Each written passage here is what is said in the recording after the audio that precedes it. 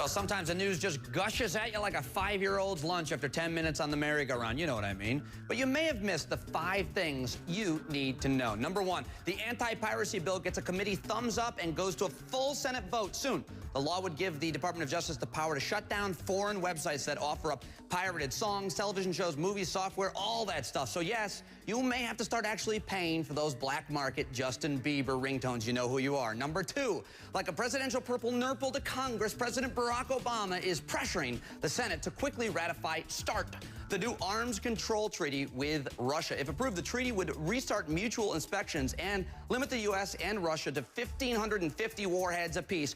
Ooh, only 1,550 warheads. I feel so naked.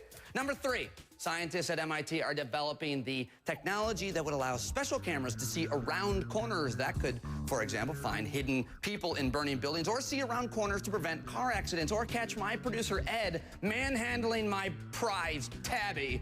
At number 4, Afghanistan President Karzai and General Petraeus did a little fence mending Friday. Earlier in the week, Karzai was bellyaching to the Washington Post, calling the U.S. military in his country intrusive. Vice President Joe Biden responded to Karzai by saying, "Daddy is going to start taking the training wheels off." A metaphor where America is daddy and making Afghanistan my 5-year-old's bicycle. Number 5, it's a first. An electric car is named Car of the Year. The Chevy Volt earned that title from both Motor Trend and Automobile Magazine. This is amazing. An electric car is named Car of the Year, and that is the subject of our segment, You Are Here. So, how do we get here? And by here, I mean a point in time where almost every major automaker has some kind of electric or plug-in hybrid in the works. Check out some of the other electric rides from this week's Los Angeles Auto Show. Now, the Chevy Volt, that will be out next month. Beautiful looking car. The Nissan Leaf, that'll be launched by the year's end. And the Honda, of course, has a car. It's an electric it's called the Fit, and it's going to be out by 2012. Now, this is not the first time we've championed the electric car, not by a long shot.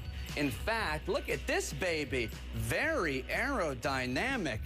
This is the first commercial EV hit the road in 1890, but in 1908, that's when Model Ts started shooting off the assembly line, and they were cheaper and they were faster, and of course, they can go farther. Americans need that. This makes Henry Ford's Tin Lizzie with its internal combustion engine a much more practical option. Of course, there were a flurry of attempts to get the EVs back on the road. But with the exception of the Toyota Prius, this is one of the first ones, electric hybrid unveiled in Japan in 1997, none of them ever really became very popular. Now, this movie, you ever hear this? This came out in 2006, not 2006, 2006. It's called Who Killed the Electric Car? And there's no sex in it. It's about an electric car and offers a myriad of accusations as to why electric cars never caught on. I'm telling you, it is PG. Get it? Did I just say myriad? Anyway, in the movie, a star-studded cast blamed everyone from the oil industry to the U.S. government and consumers themselves for not buying into EV technology. So, conspiracy or propaganda? Rent it, read up on it, and make your own decision about it. Fact is, EVs have never been cheap, but next month, Chevy will release the Volt, and after the tax rebates, the price end up, by the way, that's the Volt there. There, you plug it in. The prices could be about $33,000, depending on what state you live in. That's still not cheap, but neither is gas. So, if we're less worried about cost, what could kill the electric car this time? Perhaps so-called range anxiety. Electric vehicles can go between 25 and 100 miles on a full tank, whereas a gas-powered car can, of course, go 300 miles or more.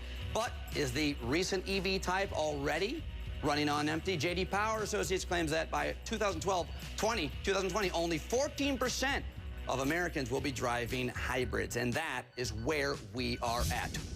Next up, the royal engagement. You're either fascinated, flabbergasted, or completely flummoxed. I went lunch crashing to hear what you think, and that is next.